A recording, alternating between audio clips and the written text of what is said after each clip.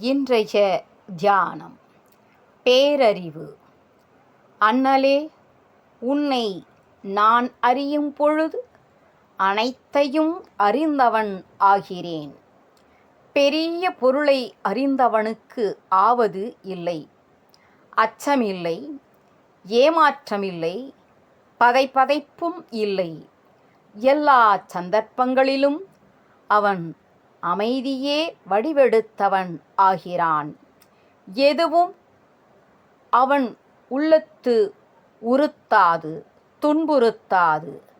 மனிதன் மடியும் போது உடைந்தது ஓடு.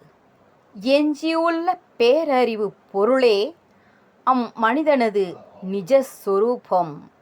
பேரறிஞனை யாரும் துன்புறுத்த முடியாது.